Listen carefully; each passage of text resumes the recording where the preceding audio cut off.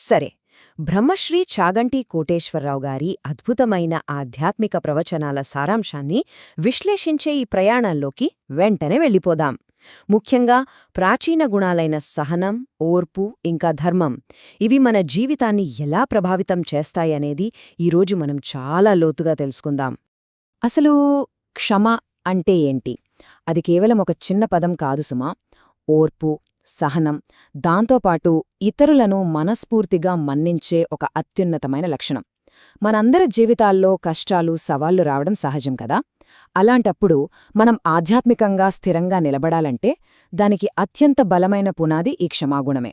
ఇది మనకొక మూలస్తంభంలా ఎలా పనిచేస్తుందో ముందుకు వెళ్లే కొద్దీ మరింత స్పష్టంగా అర్థమవుతుంది.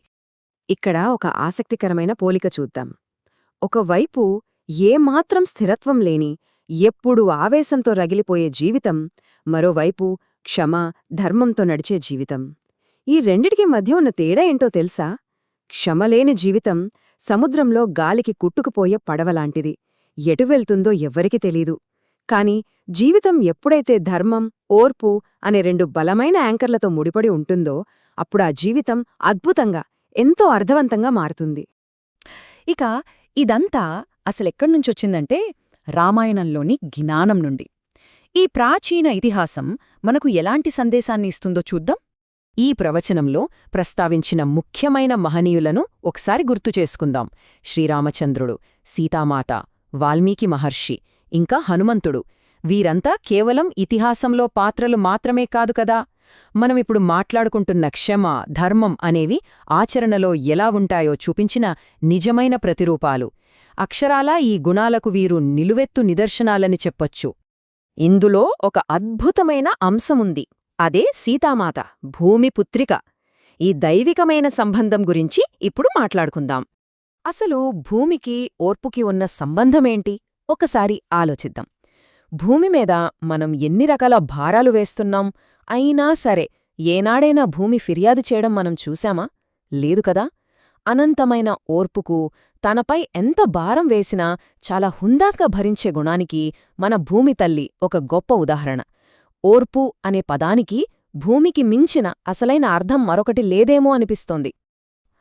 అందుకే ప్రవచనంలో ఒక అద్భుతమైన మాట వస్తుంది, భూమికి పుట్టి అని. అంటే భూమి నుండి జన్మించినవారు అని అర్థం. ఈ మాట ఎంత గొప్పగా వివరిస్తుందంటే సీతామాతకు కూడా సహజంగానే భూమి తల్లికి ఉండేంత అపారమైన ఓర్పుందని, ఆ అంతులేని సహనం ఆమె పుట్టుకతోనే నేరుగా ఆ భూమితల్లి నుండే సంక్రమించిందని ఈ చిన్న వాక్యం మనకు చాలా లోతుగా చెబుతోంది. అవును, సీతామాత జీవిత ప్రయాణమే దానికి అతిపెద్ద సాక్ష్యం. కష్టాలను, అత్యంత బాధాకరమైన భారాలను ఎంత హుందాగా భరించాలో నేర్పే ఒక అత్యుత్తమ మాస్టర్ క్లాస్ లాంటిది ఆమె జీవితం. ఆమె చూపిన ఓర్పు, క్షమాగుణం ఇవన్నీ చూస్తే అక్షరలా భూమితల్లి సహనానికి స్వచ్ఛమైన ప్రతిరూపంలా అనిపిస్తుంది కదూ. ఇది నిజంగా మనందరికీ ఎంతో స్ఫూర్తిదాయకం. సరే, ఇదంతా ఆచరిస్తే వచ్చే అత్యున్నత ఆధ్యాత్మిక ప్రతిఫలమేంటో ఇప్పుడు తెలుసుకుందాం. ఇక్కడ మన ముందున్న ఒక ముఖ్యమైన ప్రశ్న, భూమితల్లి లాంటి అనంతమైన ఓర్పును, సహనాన్ని మనం కూడా మన జీవితంలో ఆచరిస్తే దానికి దక్కే అంతిమ ప్రతిఫలం ఏమై ఉంటుంది? మామూలుగా అయితే ఏవో భౌతిక లాభాలు ఆశిస్తాం కదా. కాని అటువంటి అపారమైన సహనం ద్వారా పుట్టే అసలైన ఆధ్యాత్మిక ఫలమేంటి? ఆ అద్భుతమైన ప్రతిఫలమే కీర్తి. అవును, నిజమైన, శాశ్వతమైన ఆధ్యాత్మిక కీర్తి. ఈ కీర్తి అనేది ఎక్కడో బయట దొరికేది కాదు. ఇది చెక్కుచెదరని క్షమాగుణంతో విడదీయరాని విధంగా ముడిపడుంటుంది. ఎక్కడైతే క్షమ, ధర్మం ఉంటాయో అక్కడ ఈ కీర్తి, ప్రతిష్టలనేవి ఏమాత్రం ఆశించకుండానే సహజంగా మనల్ని వెతుక్కుంటూ వస్తాయని ప్రవచనం మనకు చాలా స్పష్టంగా తెలియజేస్తోంది. ఈ అద్భుతమైన సద్గుణాలను ఆచరించడమంటే కేవలం మనం మంచివాళ్లంగా ఉండటం మాత్రమే కాదు.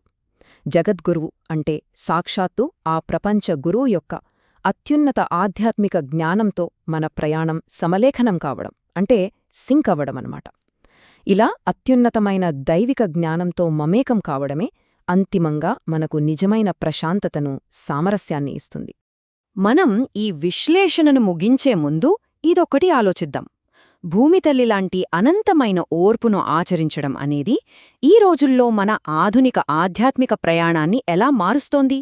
ఈ ఉరుకులు పరుగుల జీవితంలో రోజువారీ ఒత్తిళ్ల మధ్య ఈ ప్రాచీన జ్ఞానాన్ని మనం ఖచ్చితంగా అన్వయించుకోవచ్చు కదా? క్షమ, ధర్మంతో కూడిన జీవితం మనల్ని ఎప్పుడూ ఉన్నతమైన శిఖరాలకే చేరుస్తుంది. ఈ లోతైన సత్యాన్ని మనసులో ఉంచుకుందాం. ఎప్పటికీ నిరంతరం నేర్చుకుంటూనే ఉందాం.